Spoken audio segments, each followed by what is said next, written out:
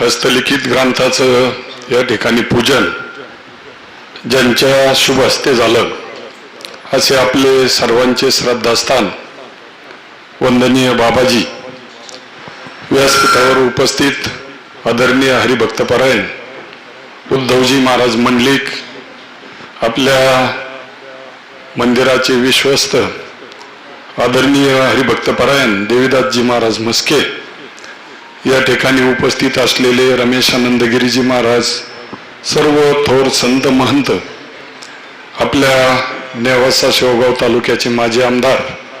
आणि ज्यांनी ह्या ग्रंथासाठी पुढाकार घेतला ज्ञानेश्वर उद्योग समूहाच्या वतीनं, असे आदरणीय माजी आमदार नरेंद्र घुले पाटील, त्याचबरोबर आपल्या देवस्थानचे अध्यक्ष माजी आमदार पांडुरंगजी अभंग साहेब, आपले विश्वस्त आदरणीय विश्वास मामा गडाख पाटील, व्यासपीठावर उपस्थित सर्व थोर संत महंत, या ठिकाणी उपस्थित असलेल्या सर्व आमच्या महिला भगिनी, ज्या पैज खांबाला टेकून संत ज्ञानेश्वर महाराजांनी ज्ञानेश्वरी सांगितली आणि सच्चिदानंद बाबांनी ती ज्ञानेश्वरी लिहिली, असं हे पवित्र स्थळ आपलं आहे.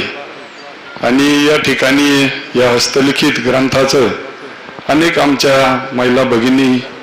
मान्यवरांनी, थोर संत महंतांनी हस्तलिखित ज्ञानेश्वरी पूर्ण केलेली आहे वर्षभरात, आणि त्यांचा योग्य सन्मान देखील देवस्थानच्या वतीनं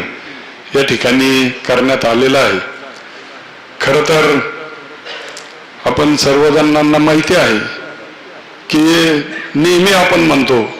की ज्या संत ज्ञानेश्वर महाराजांच्या नावानं संपूर्ण राज्यभर प्रत्येक ठिकाणी ग्रंथराज ज्ञानेश्वरी पारायण सोहळे प्रत्येक गावात वाडी वस्तीवरती पार पडतात, मोठमोठे सोहळे त्या ठिकाणी पार पडतात. आणि निश्चितपणानं आपल्याला